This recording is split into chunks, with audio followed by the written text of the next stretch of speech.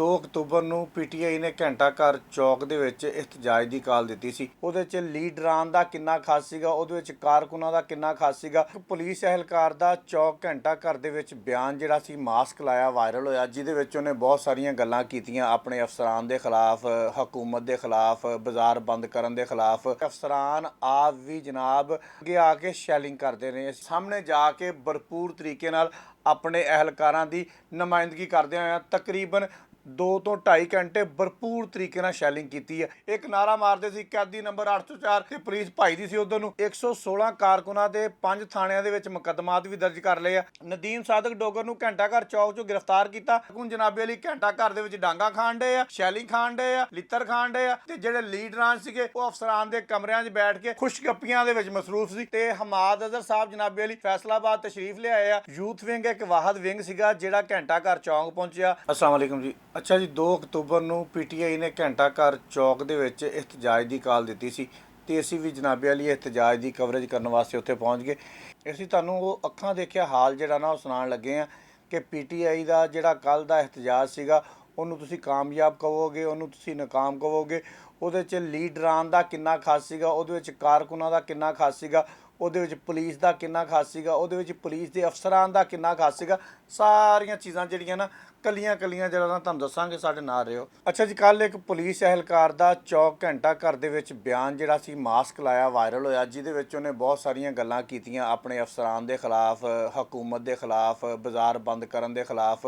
ਕਰੋੜਾਂ ਅਰਬਾਂ ਰੁਪਏ ਦਾ ਨੁਕਸਾਨ ਵੀ ਉਹਨੇ ਗਿਣਾਇਆ ਕਿ ਇਹ ਬਾਜ਼ਾਰ ਬੰਦ ਹੋ ਗਿਆ, ਇਹ ਬਾਜ਼ਾਰ ਬੰਦ ਹੋ ਗਿਆ, ਫਲਾਹ ਹੋ ਗਿਆ, ਟਮਕਾਂ ਹੋ ਗਿਆ ਤੇ ਜਨਾਬੇ ਵਾਲੀ ਸਾਨੂੰ ਸ਼ੈਲਿੰਗ ਕਰਨ ਵਾਸਤੇ ਅੱਗੇ ਕਰ ਦਿੰਦੇ ਆ। ਲੇਕਿਨ ਇੱਥੇ ਮੈਂ ਥੋੜ੍ਹੀ ਜਿਹੀ ਕਰੈਕਸ਼ਨ ਕਰਾਂਗਾ ਉਸ ਬੰਦੇ ਦੀ ਵੀ ਕਿ ਅਫਸਰਾਨ ਆਪ ਵੀ ਜਨਾਬ ਅਹਿਲਕਾਰਾਂ ਦੇ ਨਾਲ ਖੁਦ ਅੱਗੇ ਆ ਕੇ ਸ਼ੈਲਿੰਗ ਕਰਦੇ ਨੇ। ਅਸੀਂ ਦੇਖਿਆ ਕਿ ਐਸਐਸਪੀ ਇਨਵੈਸਟੀਗੇਸ਼ਨ ਰਾਣਾ ਅਬਦੁਲ ਵਹਾਬ ਆਪ ਅੱਗੇ ਜਾ ਕੇ ਸ਼ੈਲਿੰਗ ਕਰਦਾ ਰਿਹਾ, ਭਾਵੇਂ 2-4 ਸ਼ੈੱਲ ਉਹਦੇ ਕੋਲ ਨਹੀਂ ਵੀ ਚੱਲੇ ਤੇ 2-4 ਸ਼ੈੱਲ ਉਹਨੇ ਆਪਣੇ ਪੈਰਾਂ 'ਚ ਵੀ ਮਾਰ ਲਏ, ਲੇਕਿਨ ਉਹਨੇ ਸਾਹਮਣੇ ਜਾ ਕੇ ਭਰਪੂਰ ਤਰੀਕੇ ਨਾਲ ਆਪਣੇ ਅਹਿਲਕਾਰਾਂ ਦੀ ਨੁਮਾਇੰਦਗੀ ਕਰਦਿਆਂ ਹੋਇਆਂ ਤਕਰੀਬਨ 2 ਤੋਂ 2.5 ਘੰਟੇ ਭਰਪੂਰ ਤਰੀਕੇ ਨਾਲ ਸ਼ੈਲਿੰਗ ਕੀਤੀ ਹੈ। ਇੱਕ ਐਸਪੀ ਇਕਬਾਲ ਟਾਊਨ ਸਾਬਕਾ ਨੇ ਸਾਡੇ ਉਸਮਾਨ ਸੈਫੀ ਸਾਹਿਬ, ਉਹਨਾਂ ਨੇ ਵੀ ਜਨਾਬੇ ਵਾਲੀ ਬੰਦੂਕ ਚਲਾਉਣ ਦੀ ਪੂਰੀ ਕੋਸ਼ਿਸ਼ ਕੀਤੀ ਹੈ, ਭਾਵੇਂ ਉਹਦੇ ਕੋਲ ਚੱਲੀ ਨਹੀਂ। ਉਹਦਾ ਕੱਲ੍ਹ ਰਾਤੀ ਤਬਾਦਲਾ ਹੋ ਗਿਆ। ਹੁਣ ਅਸੀਂ ਇਹ 'ਤੇ ਜ਼ਿਆਦਾ ਡਿਸਕਸ ਨਹੀਂ ਕਰਦੇ। ਹੁਣ ਉਹ ਸਾਡਾ ਫੈਸਲਾਬਾਦ ਦਾ ਮਹਿਮਾਨ ਆ ਤੇ ਮਹਿਮਾਨ ਦੀ ਅਸੀਂ ਕਦਰ ਕਰਦੇ ਹਾਂ, ਭਾਵੇਂ ਉਹਨੇ ਆਪਣੇ 1.5 ਸਾਲਾਂ ਜਾਂ ਸਾਲ ਦੇ ਇਕਤਦਾਰ ਜਿਹੜਾ ਉੱਥੇ ਉਹਦਾ ਰਿਹਾ ਵਾ, ਉਹਨੇ ਕੱਖ ਨਹੀਂ ਕੀਤਾ, ਨਾ ਉਹਦੇ ਕੋਲ ਜਰਾਇਮ 'ਤੇ ਕਾਬੂ ਪਿਆ ਤੇ ਬੰਦੂਕ ਚਲਾਣੀ ਵੀ ਨਹੀਂ ਆਈ। ਲੇਕਿਨ ਇਹਨੂੰ ਇੱਥੇ ਹੀ ਛੱਡਾਂਗੇ ਕਿਉਂਕਿ ਅੱਜ ਉਹਨੇ ਅਲਵਿਦਾ ਹੋ ਜਾਣਾ। ਸਾਡਾ ਉਹ ਮਹਿਮਾਨ ਆ, ਜਿੱਥੇ ਜਾਏਗਾ ਸਾਡੇ ਵੱਲੋਂ ਜਨਾਬ ਉਹਨੂੰ ਬੈਸਟ ਆਫ ਲੱਕ। ਅੱਗੇ ਚੱਲਦੇ ਹਾਂ। ਅੱਛਾ ਜੀ, ਅਸੀਂ ਉੱਥੇ ਇੱਦਾਂ ਦੇ ਮਨਾਜ਼ਰ ਵੀ ਦੇਖਿਆ ਕਿ ਪੁਲਿਸ ਦੇ ਅਫਸਰਾਨ ਜਿਹੜੇ ਸੀਗੇ ਉਹ ਕਿਤੇ ਸਾਨੂੰ ਬੇਬਸ ਵੀ ਨਜ਼ਰ ਆਏ। ਜਿਹੜੇ ਅਹਿਲਕਾਰ ਸੀ ਸ਼ਾਇਦ ਉਹ ਨਹੀਂ ਚਾਹੁੰਦੇ ਸੀਗੇ ਕਿ ਨਿਹੱਤੇ ਕਾਰਕੁਨਾਂ ਦੇ ਉੱਪਰ ਲਾਠੀ ਚਾਰਜ ਕੀਤਾ ਜਾਵੇ, ਨਿਹੱਤੇ ਕਾਰਕੁਨਾਂ ਦੇ ਉੱਪਰ ਆਂਸੂ ਗੈਸ ਬਰਸਾਈ ਜਾਵੇ, ਨਿਹੱਤੇ ਕਾਰਕੁਨਾਂ ਨੂੰ ਗ੍ਰਿਫਤਾਰ ਕੀਤਾ ਜਾਵੇ, ਬਲਕਿ ਉਹ ਚਾਹ ਰਹੇ ਸੀਗੇ ਕਿ ਇਹਨਾਂ ਨੂੰ ਪੁਰਅਮਨ ਤਰੀਕੇ ਨਾਲ ਕਿਤੇ ਬਹਿ ਲੈਣ ਦਿੱਤਾ ਜਾਵੇ। ਕਾਰਕੁਨ ਦੇਖ ਰਹੇ ਹੋ ਕਿ ਕਾਰਕੁਨ ਪਿੱਛੇ ਭੱਜ ਰਹੇ ਆ, ਐਸਪੀ ਸਾਹਿਬਾਨ ਉਹਨਾਂ ਨੂੰ ਧੱਕੇ ਲਾ ਰਹੇ ਆ, ਉਹਨਾਂ ਨੂੰ ਪੁਸ਼ ਕਰ ਰਹੇ ਆ ਕਿ ਅੱਗੇ ਆਓ।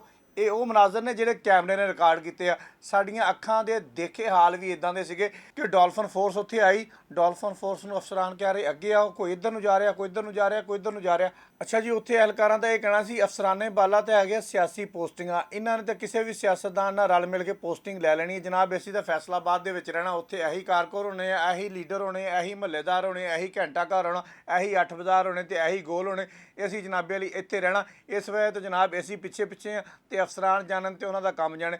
ਖੈਰ ਜੀ, ਕਾਰਕੁਨਾਂ ਦੀ ਤਾਦਾਦ ਮੇਰੇ ਹਿਸਾਬ ਦੇ ਨਾਲ ਅਗਰ ਗਿਣ ਕੇ ਛਾਲ ਮਾਰ ਲਈਏ ਨਾ ਤੇ ਤਕਰੀਬਨ 750 ਪੌਣੇ 800 ਕਰ ਲਓ। ਇਹ ਤੋਂ ਜ਼ਿਆਦਾ ਕਾਰਕੁਨਾਂ ਦੀ ਤਾਦਾਦ ਪੂਰੇ 8 ਬਾਜ਼ਾਰਾਂ ਦੇ ਵਿੱਚ ਮੈਂ ਨਹੀਂ ਦੇਖੀ। ਟੋਲੀਆਂ ਦੀ ਸ਼ਕਲ 'ਚ ਆਉਂਦੇ ਸੀਗੇ, ਥੋੜ੍ਹੇ ਆਉਂਦੇ ਸੀਗੇ, ਪਥਰਾਓ ਕਰਦੇ ਸੀਗੇ, ਆਂਸੂ ਗੈਸ ਜਵਾਬੀ ਲੈਂਦੇ ਸੀਗੇ ਤੇ ਗਲੀਆਂ ਦੇ ਵਿੱਚ ਵੜ ਜਾਂਦੇ ਸੀਗੇ। ਗਲੀਆਂ 'ਚ ਵੜ ਕੇ ਲੋਕੇ ਬਹਿ ਜਾਂਦੇ ਸੀ। ਜਦੋਂ ਪੁਲਿਸ ਅੱਗੇ ਪਿੱਛੇ ਹੁੰਦੀ ਸੀ ਫਿਰ ਬਾਹਰ ਆਉਂਦੇ ਸੀਗੇ, ਇੱਕ ਨਾਰਾ ਮਾਰਦੇ ਸੀ ਕੈਦੀ ਨੰਬਰ 804 ਤੇ ਪੁਲਿਸ ਭਜਦੀ ਸੀ ਉਧਰ ਨੂੰ, ਦੁਬਾਰਾ ਗਲੀਆਂ ਨੂੰ ਵੜ ਜਾਂਦੇ ਸੀ। ਝੰਡੇ ਵੀ ਉਹਨਾਂ ਦੇ ਕੋਲ ਹੈ ਸੀ, ਪੀਟੀਆਈ ਦੇ, ਸਾਰਾ ਕੁਝ ਹੈ ਸੀਗਾ, ਲੇਕਿਨ ਕਾਰਕੁਨਾਂ ਦੀ ਤਾਦਾਦ ਬਹੁਤ ਘੱਟ ਸੀ। ਸਾਡੇ ਜ਼ਰਾਏ ਦੇ ਮੁਤਾਬਕ ਪੁਲਿਸ ਦੀ ਤਾਦਾਦ ਬਹੁਤ ਜ਼ਿਆਦਾ ਸੀ, ਲੇਕਿਨ ਇਹਦੇ ਬਾਵਜੂਦ ਪੁਲਿਸ ਜਿਹੜੀ ਆ ਉਹਨਾਂ ਨੂੰ ਕੰਟਰੋਲ ਨਹੀਂ ਕਰ ਸਕੀ। 116 ਕਾਰਕੁਨਾਂ ਦੇ 5 ਥਾਣਿਆਂ ਦੇ ਵਿੱਚ ਮੁਕੱਦਮਾਤ ਵੀ ਦਰਜ ਕਰ ਲਏ ਆ। ਲੇਕਿਨ ਇੱਥੇ ਆ ਕੇ ਗੱਲ ਆਉਂਦੀ ਆ ਕਿ ਜਿਹੜੇ ਲੀਡਰਾਂ ਨੇ ਉੱਥੇ ਫਰੈਂਡਲੀ ਗ੍ਰਿਫਤਾਰੀਆਂ ਦਿੱਤੀਆਂ, ਜਿਹੜੇ ਲੀਡਰਾਂ ਨੇ ਥੱਲੋਂ ਦੀ ਉਹਨਾਂ ਨੂੰ ਕਾਲਾਂ ਕੀਤੀਆਂ, ਵਟਸਐਪ ਮੈਸੇਜ ਕੀਤੇ ਕਿ ਆ ਕੇ ਸਾਨੂੰ ਫੜ ਲਓ ਤੇ ਫੜ ਕੇ ਲੈ ਜਾਓ, ਉਹਨਾਂ ਦੀਆਂ ਤਸਵੀਰਾਂ ਵੀ ਮੰਜ਼ਰੇ ਆਮ ਤੇ ਆ ਚੁੱਕੀਆਂ ਵਾ। ਉਹ ਕਹਿੰਦੇ ਆ ਕਿ ਡਾਂਗਾ ਖਾਣ ਨੂੰ ਰਿਚ, ਛੋਲੇ ਖਾਣ ਨੂੰ ਪਤਾ ਨਹੀਂ ਉਹੀ। ਠੀਕ ਹੈ, ਉਹ ਹਿਸਾਬ ਜਨਾਬੇ ਲਈ ਇਹਨਾਂ ਨੇ ਕਾਰਕੁਨਾਂ ਦੇ ਨਾਲ ਕੀਤਾ ਵਾ। ਆਪ ਗ੍ਰਿਫਤਾਰੀਆਂ ਦੇ ਦਿੱਤੀਆਂ ਸਿਵਾਏ 1-2 ਲੀਡਰਾਂ ਤੋਂ, ਜਿਨ੍ਹਾਂ ਨੇ ਆ ਕੇ ਜੈਨੂਇਨ ਗ੍ਰਿਫਤਾਰੀਆਂ ਦਿੱਤੀਆਂ ਵਾ। ਜਦੋਂ ਜੈਨੂਇਨ ਗ੍ਰਿਫਤਾਰੀ ਦਿੰਦੇ ਆ ਨਾ ਤੇ ਉਹਦਾ ਭਾਈਜਾਨ ਪਤਾ ਵੀ ਲੱਗ ਜਾਂਦਾ ਵਾ। ਜੈਨੂਇਨ ਗ੍ਰਿਫਤਾਰੀ ਉਹ ਹੁੰਦੀ ਹੈ ਜਦੋਂ ਚੱਕ ਕੇ ਤੁਹਾਨੂੰ ਪੁਲਿਸ ਵੈਨ ਦੇ ਵਿੱਚ ਸੁੱਟਦੇ ਆ ਤੇ ਲੈ ਜਾਂਦੇ ਆ। ਜਦੋਂ ਜਨਾਬ ਤੁਹਾਨੂੰ ਵੀਗੋ ਡਾਲਾ ਲੈਣ ਆਵੇ, ਜਦੋਂ ਤੁਹਾਨੂੰ ਜਨਾਬ ਸਵਿਕ ਲੈਣ ਆਵੇ, ਜਦੋਂ ਤੁਹਾਨੂੰ ਟੋਟਾ ਕਰੋਲਾ ਲੈਣ ਆਵੇ, ਤੇ ਸਮਝ ਲਓ ਫਰੈਂਡਲੀ ਗ੍ਰਿਫਤਾਰੀ ਆ। ਨਦੀਮ ਸਾਦਕ ਡੋਗਰ ਨੂੰ ਘੰਟਾ ਘਰ ਚੌਕ 'ਚੋਂ ਗ੍ਰਿਫਤਾਰ ਕੀਤਾ, ਨਾਲ ਉਹਦੇ ਅਬਦੁੱਲਾ ਦੁੰਬੜ ਸੀਗਾ, ਦੋਨਾਂ ਨੂੰ ਗ੍ਰਿਫਤਾਰ ਕੀਤਾ ਤੇ ਚੱਕ ਕੇ ਜਨਾਬੇ ਵਾਲੀ ਵੈਨ ਦੇ ਵਿੱਚ ਰੱਖਿਆ ਤੇ ਜਨਾਬੇ ਵਾਲੀ ਉਹ ਨਾਅਰੇਬਾਜ਼ੀ ਕਰਦੇ ਹੋਏ ਆਪਣੀ ਮੰਜ਼ਿਲ ਵੱਲ ਨੂੰ ਤੁਰ ਪਏ। ਉਸ ਤੋਂ ਬਾਅਦ ਜਨਾਬੇ ਵਾਲੀ ਮੂਨ ਕਾਸਟਰੋ ਸਾਹਿਬ ਸੀਗੇ, ਉਹਨਾਂ ਨੂੰ ਜਨਾਬੇ ਵਾਲੀ ਗ੍ਰਿਫਤਾਰ ਕੀਤਾ। ਡੀਐਸਪੀ ਸਾਹਿਬ ਨੇ ਇੰਜ ਕਰਕੇ ਫੜਿਆ ਤੇ ਫੜ ਕੇ ਜਨਾਬੇ ਵਾਲੀ ਗੱਡੀ 'ਚ ਬਿਠਾਇਆ, ਗੱਡੀ ਵੀ ਪੁਲਿਸ ਵਾਲੀ 'ਚ ਬਿਠਾਇਆ ਤੇ ਜਾ ਕੇ ਅੱਲਾ ਦੇ ਸਪੁਰਦ। ਕੁਛ ਜਨਾਬੇ ਵਾਲੀ ਲੀਡਰਾਂ ਦੀਆਂ ਤਸਵੀਰਾਂ ਅਫਸਰਾਂ ਦੇ ਕਮਰਿਆਂ ਦੇ ਵਿੱਚੋਂ ਫਿਰ ਬਰਾਮਦ ਹੋਈਆਂ ਕਿ ਕਾਰਕੁਨ ਜਨਾਬੇ ਵਾਲੀ ਘੰਟਾ ਘਰ ਦੇ ਵਿੱਚ ਡਾਂਗਾ ਖਾਣ ਡੇ ਆ, ਸ਼ੈਲਿੰਗ ਖਾਣ ਡੇ ਆ, ਲਿੱਤਰ ਖਾਣ ਡੇ ਆ, ਤੇ ਜਿਹੜੇ ਲੀਡਰਾਂ ਸੀਗੇ ਉਹ ਅਫਸਰਾਂ ਦੇ ਕਮਰਿਆਂ 'ਚ ਬੈਠ ਕੇ ਖੁਸ਼ਗੱਪੀਆਂ ਦੇ ਵਿੱਚ ਮਸਰੂਫ ਸੀ। ਇਸ ਤਰ੍ਹਾਂ ਦੀ ਸੂਰਤ ਹਾਲ ਵੀ ਨਜ਼ਰ ਆਈ ਆ। ਤੇ ਹਮਾਦ ਅਜ਼ਹਰ ਸਾਹਿਬ ਜਨਾਬੇ ਵਾਲੀ ਫੈਸਲਾਬਾਦ ਤਸ਼ਰੀਫ ਲਿਆਏ ਆ, ਚਰਿਓੜ ਬਾਜ਼ਾਰ ਵੱਲੋਂ ਵੜੇ ਆ, ਅੱਗੋਂ ਸ਼ੈਲਿੰਗ ਹੋਈ ਆ, ਪੁਲਿਸ ਦੀ ਵੱਡੀ ਨਫਰੀ ਆਈ ਆ। ਉਸ ਤੋਂ ਬਾਅਦ ਸਾਨੂੰ ਨਹੀਂ ਪਤਾ ਲੱਗਾ ਕਿ ਹਮਾਦ ਅਜ਼ਹਰ ਸਾਹਿਬ ਕਿੱਥੇ ਗਏ ਆ। ਬਾਅਦ 'ਚ ਅਸੀਂ ਸੋਸ਼ਲ ਮੀਡੀਆ 'ਤੇ ਜ਼ਰੂਰ ਦੇਖਿਆ ਵਾ ਕਿ ਉਹ ਜਨਾਬੇ ਵਾਲੀ ਫੈਸਲਾਬਾਦ ਦੇ ਚਰਿਓੜ ਬਾਜ਼ਾਰ ਦੇ ਵਿੱਚ ਆਏ ਆ। ਹਲਕੀ ਜਿਹੀ ਝਲਕ ਸਾਡੇ 'ਤੇ ਪਈ ਆ, ਨਹੀਂ ਸਾਡੀ ਉਹਨਾਂ 'ਤੇ ਪਈ ਆ, ਉਹਨਾਂ ਦੀ ਵੀ ਸਾਡੇ 'ਤੇ ਪਈ ਹੋਏਗੀ, ਜ਼ਾਹਰੀ ਬਾਤ ਹੈ, ਅਸੀਂ ਵੀ ਉੱਥੇ ਸੀ ਤੇ ਜਨਾਬੇ ਵਾਲੀ ਉਸ ਤੋਂ ਬਾਅਦ ਸਾਨੂੰ ਨਜ਼ਰ ਨਹੀਂ ਆਏ। ਖੈਰ ਜੀ, CPO Faisalabad, DIG Kamran ਆਦਲ, SSP SP Lyallpur town, SP Iqbal town ਔਰ ਹੋਰ तमाम ਥਾਣਿਆਂ ਦੇ SHO ਸਾਹਿਬਾਨ ਸਿਟੀ ਵਾਲੇ ਉੱਥੇ ਮੌਕੇ 'ਤੇ ਮੌਜੂਦ ਸੀਗੇ, ਜਿਹੜੇ ਇਹ ਸਾਰੀ ਹੰਗਾਮੀ ਸੂਰਤ ਹਾਲ ਨੂੰ ਟੈਕਲ ਕਰਨ ਦੀ ਕੋਸ਼ਿਸ਼ ਕਰਦੇ ਰਹੇ ਨੇ। ਖੁਦ ਅਫਸਰਾਨੇ ਬਾਲਾ ਜਿਹੜੇ ਸੀਗੇ ਉਹ ਦਫਾ 144 ਦੀ ਜਿਹੜੀ ਖਿਲਾਫ ਵਰਜ਼ੀ ਹੋ ਰਹੀ ਸੀਗੀ ਉਹਨੂੰ ਰੋਕਣ ਦੀ ਵੀ ਕੋਸ਼ਿਸ਼ ਕਰਦੇ ਰਹੇ, ਲੇਕਿਨ ਉਹਨਾਂ ਕੋਲੋਂ ਰੁਕੀ ਨਹੀਂ। ਜਿਹੜੇ ਕਾਰਕੁਨ ਸੀਗੇ ਉਹ ਭਰਪੂਰ ਤਰੀਕੇ ਨਾਲ ਮਜ਼ਾਮਤ ਕਰਦੇ ਰਹੇ।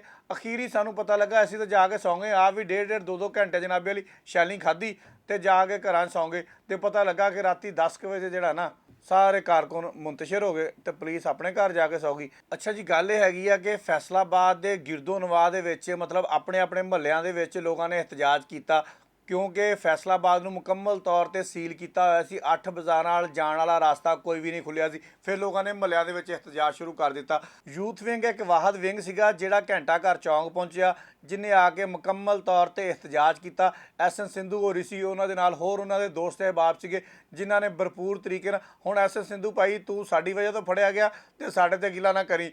ਉਸ ਤੋਂ ਬਾਅਦ ਅਵੈਸ ਅਰਸ਼ਦ ਸਾਹਿਬ ਸੀਗੇ, ਇਹ ਉਹ ਬੰਦੇ ਸੀ ਜਿਹੜੇ ਅਸੀਂ ਆਪਣੀਆਂ ਅੱਖਾਂ ਦੇ ਨਾਲ ਉੱਥੇ ਦੇਖੇ ਆ, ਜਿਹੜੇ ਜਨਾਬੇ ਵਾਲੀ ਮੁਜ਼ਾਹਰੇ ਕਰਦੇ ਰਹੇ ਆ, ਜਿਹੜੇ ਇhtਜਾਜ ਕਰਦੇ ਰਹੇ। ਹੋਰ ਵੀ ਜਿਹੜੇ ਦੋਸਤ ਸੀ ਜਿਨ੍ਹਾਂ ਦੇ ਨਾਮ ਅਸੀਂ ਨਹੀਂ ਲੈ ਸਕੇ ਉਹਨਾਂ ਕੋਲ ਮਾਜ਼ਰਤ, ਕਿਉਂਕਿ ਸਾਡੇ ਨਾਮ ਲੈਣ ਦੇ ਨਾਲ ਤੁਸੀਂ ਫੜੇ ਵੀ ਜਾ ਸਕਦੇ ਹੋ। ਸਾਡੀ ਕੋਸ਼ਿਸ਼ ਇਹ ਹੈ ਕਿ ਤੁਸੀਂ ਨਾ ਹੀ ਫੜੇ ਜਾਓ। ਖੈਰ ਜੀ, ਇhtਜਾਜ ਇੱਕ ਜਮਹੂਰੀ ਹੱਕ ਆ ਤੇ ਦਫਾ 144 ਲਾਣਾ ਵੀ ਸਾਡੇ ਕਾਨੂੰਨ ਦੇ ਵਿੱਚ ਹੈ ਵਾ, ਲੇਕਿਨ ਅਗਰ ਤੁਸੀਂ ਦਫਾ 144 ਦੀ ਖਿਲਾਫ ਵਰਜ਼ੀ ਕਰੋਗੇ ਤੇ ਤੁਹਾਡੇ 'ਤੇ ਮੁਕੱਦਮਾਤ ਵੀ ਦਰਜ ਹੋਣਗੇ, ਤੁਹਾਨੂੰ ਗ੍ਰਿਫਤਾਰ ਵੀ ਕੀਤਾ ਜਾਏਗਾ।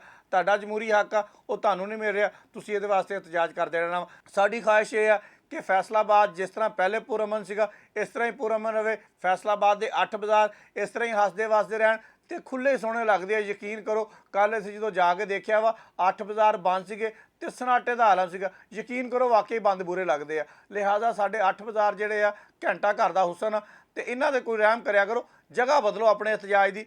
ਤੇ ਅਗਰ ਇhtਜਾਜ ਕਰਨ ਆਏ ਜਾਂਦੇ ਆ ਤੇ ਇਹਨਾਂ ਤੇ ਇੰਨੀ ਸ਼ੈਲਿੰਗ ਨਾ ਕਰੋ। ਯਕੀਨ ਕਰੋ ਕਿ ਬਹੁਤ ਖੰਘ ਲੱਗੀ ਹੈ। ਬਹੁਤ ਸ਼ੁਕਰੀਆ।